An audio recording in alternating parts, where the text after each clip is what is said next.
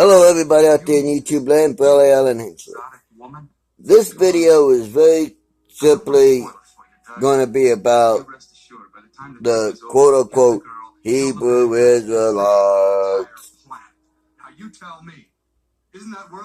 They are just like the terrorists, Al-Qaeda, ISIS, in the fact that they are taking and twisting and turning and bending and shaping the Bible the same way, mind you, that the terrorists do the Quran to meet their interpretations.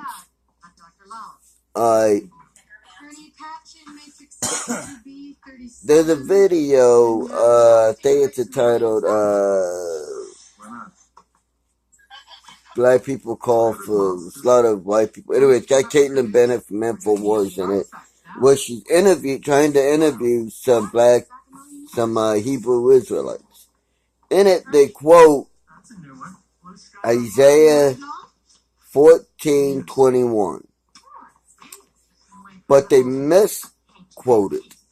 The reason I say they misquote it is because I have Isaiah 21 right here on my computer, if you can see it. Alright. And if you read two verses before that, so that would be 21, that'd be 19 that we would be going to. It says, "But thou art cast out of thy grave, like an abominable branch, and as the raiment of those that are slain, thrust through with a sword, that go down to the stones of the pit, as a carcass trodden under feet. Thou shalt not be joined with them in burial, because thou hast destroyed thy land and slain thy people. The seed of evildoers shall never be renowned. Prepare slaughter for his children for the iniquity of their fathers, that they do not rise, nor possess the land, nor fill the face of the world with cities." Now, verse 22 through 23, because I like to read 2 before, 2 after to put it in proper context. "For I will rise up against them, saith the Lord of hosts, and cut off from Babylon the name and remnant, and son and nephew, saith the Lord. I will also make a possession of the bittern and pools of water, and I will sweep it with the besom of destruction, saith the Lord of hosts." Now that is Isaiah, 14? Yep, 14, verses 19 through 23. So you can see that Isaiah is clearly talking about how the Israelites had fucked up, pissed off God, and he was punishing them. It's that simple. In no way does that pertain to today, to America. Because, you see, it was a prophecy back then. And Jesus, if you believe in the Bible, Jesus, when he came, he fulfilled all the Old Testament prophecies. You see, he fulfilled every single Old Testament prophecy. Alright. Then they quoted Revelations, which, if they misquote one, logic says they will misquote every single verse they say. They are twisting it, trying to turn the Bible, trying to turn the verses into what they believe so that they are seen to be right, and white people are seen to be evil and wrong and gonna die and worthy of being put to the sword. I will say this, and I will say this proud and unashamedly. If any of those Hebrew Israelites ever step up to me and try to quote the Bible to me, they will find out I know more about the Bible than them, for one. And for two, I've got the balls to act on what I believe in. I will handle them old school biblically for them blaspheming against the Lord and using the word of God to do so. What does that mean? Use your imagination on that. I will be biblical in what I do. Because you see, I believe this. As long as you treat your fellow man or woman with respect, kindness, decency, and as long as at some point in your life you said, you know what, yeah, me and Jesus were friends, I accept him, blah, blah, blah. The Bible states if you say that, you go to heaven. Well, I'm down. So me and God, we be mates. I'm going to heaven.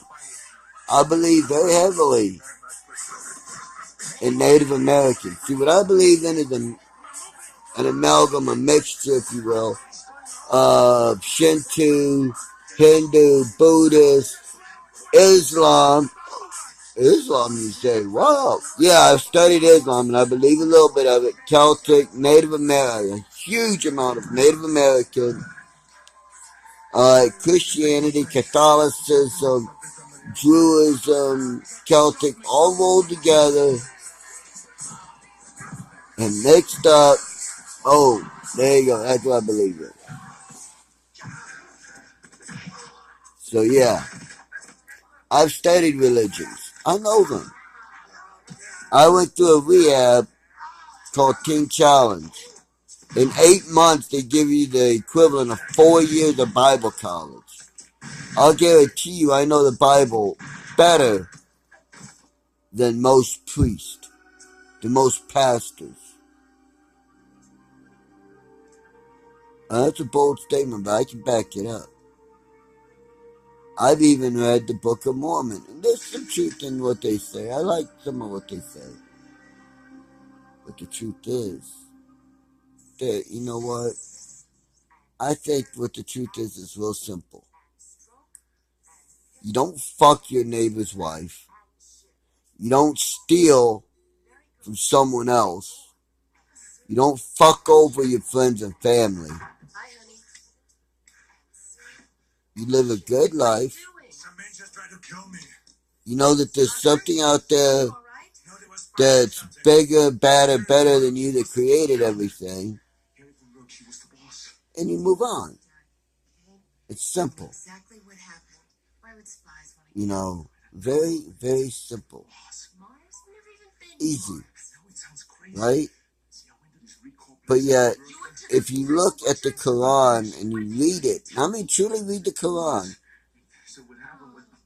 you'll see that jihad, the jihad that ISIS and Al-Qaeda call for, is never mentioned in the Quran. The jihad that they're talking about is a holy war, but a peaceful holy war.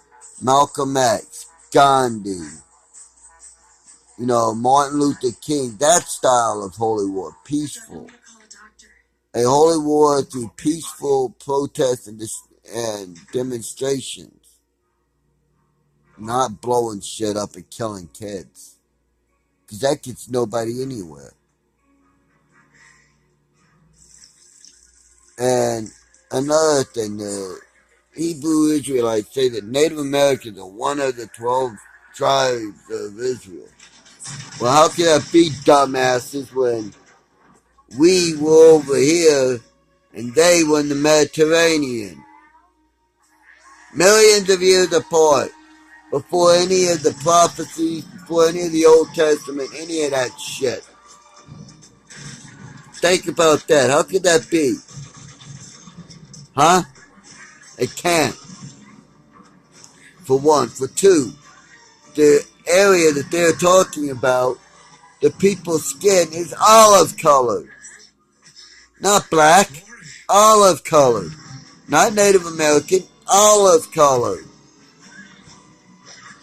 Because of the area that they grow up in. Case in point, what am I saying to back that up? Simple.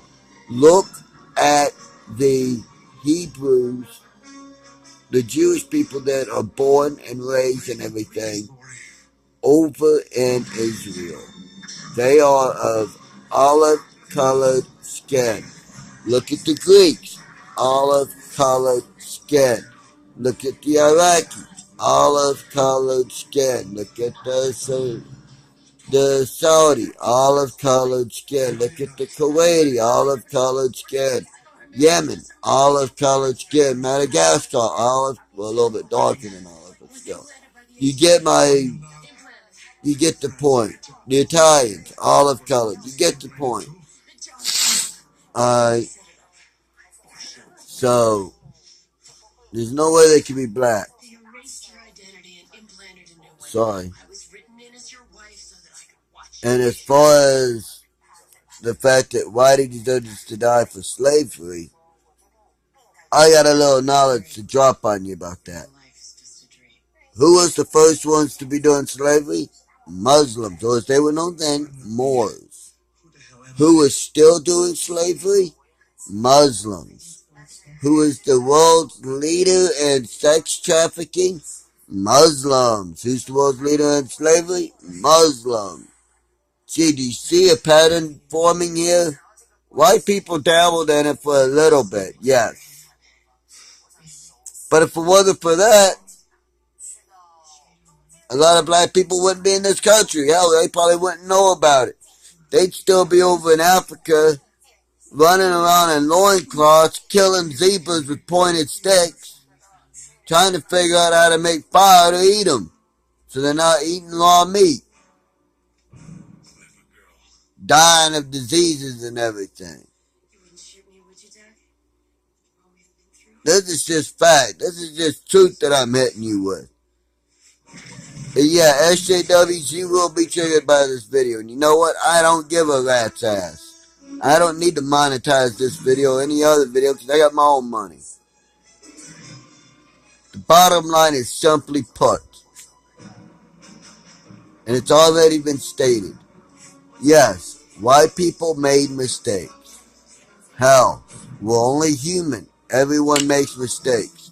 That does not mean that we, as a race, as a society, must pay today for what happened back in the day. That maybe our forefathers, our forefathers, our forefathers, our forefathers, our forefathers, our great grandfathers might not have done. It's simple. So please, Hebrew Israelites, knock off your shit. All you are is a modern day version of the Black Panthers. Hell, you're actually giving the Black Panthers a bad name. So what you need to do, Hebrew Israelites, study the Bible, read 2 before, 2 after. Pray, meditate on it, and then open your fucking mouth. Otherwise, stay silent. For it is better to be silent and have everybody think you are a fool than to open your mouth and prove to everyone that you are a fool. It's simple. It all comes back to truth and knowledge. 2 things that Hebrew Israelites are sorely lacking. Until next time, this is Brother Allen Inslee, and I'll be seeing you. Goodbye.